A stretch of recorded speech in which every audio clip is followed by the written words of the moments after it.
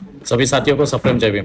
Reservation ये हमारी जिंदगी का सबसे महत्वपूर्ण हिस्सा है। जितने भी हक अधिकार हम लोगों को संविधान के मार्फत मिले हैं, ये सब सारे हक अधिकार हमारी सोशल लाइफ को आगे बढ़ाने के लिए बहुत ज़्यादा ज़रूरी है। और इन्हीं में से एक महत्वपूर्ण अधिकार जो हमें फंडामेंटल राइट के तहत मिला है, जिसको हम लोग आरक्षण कहते हैं। और आरक्षण पर बहुत सारे हमले बार बार होते रहे हैं। किसी भी तरह से आरक्षण रोका जाए, इसके लिए सरकारें अपनी तैयारियां कर चुकी है। अलग अलग तरीके अपनाए जा रहे हैं। संस्थाएं प्राइवेट की जा रही है, संस्थाओं में डिसइन्वेस्टमेंट किया जा रहा है और संस्थाएं बंद की जा रही है। और एक चौथा मैकेनिज्म है जिससे रिजर्वेशन को रोका जा सकता है, एससी एसटी ओबीसी के प्रतिनिधित्व को रोका जा सकता है। उसे कहते हैं रिजर्वेशन रजिस्टर। रिजर्वेशन रजिस्टर से यह पता चलता है कि आपका प्रतिनिधित्व किसी भी संस्था में कितना है। और अगर रिजर्वेशन रजिस्टर सही तरीके से इंप्लीमेंट नहीं किया गया तो आपका कभी भी प्रतिनिधित्व किसी भी स्टेट में, किसी भी संस्था में पूरा नहीं हो सकता। रिजर्वेशन रजिस्टर ये सबसे बड़ा मैकेनिज्म है जिससे ये पता चलता है कि किसी भी संस्था में कितने लोग किस कम्युनिटी के हैं। और अगर डीओपीटी के गाइडलाइंस है, रिजर्वेशन ब्रोशर के गाइडलाइंस है कि अगर कोई व्यक्ति बिना रिजर्वेशन का बेनिफिट लिए अगर नौकरी पर आता है तो उसे अनरिजर्व्ड सीट दी जानी चाहिए होती है।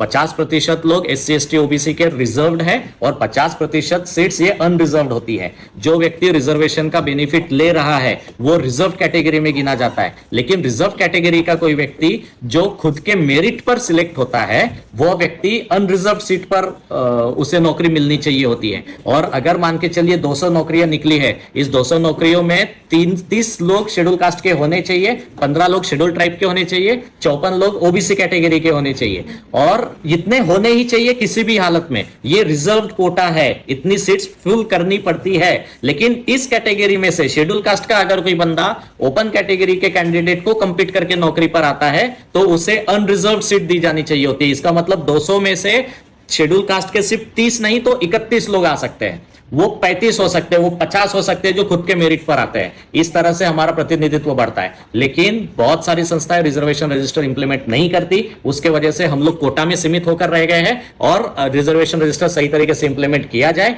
इसके लिए 12 मार्च को हम लोग प्रोटेस्ट कर रहे हैं। 12 मार्च की सुबह 11 बजे यशवंत स्टेडियम से हमारा प्रोटेस्ट मार्च निकलेगा जो संविधान चौक तक पहुंचेगा और संविधान चौक में फिर उसके खिलाफ डेमोन्स्ट्रेशन होंगे। अब बहुत सारे लोगों से, बहुत सारी संस्थाओं से इस बारे में बात हुई है। आप सभी लोगों से भी विनंती है कि आप लोग इस प्रोटेस्ट में आइए। आरक्षण ये हमारा अधिकार है, इस अधिकार को हम लोगों को हासिल करना पड़ेगा।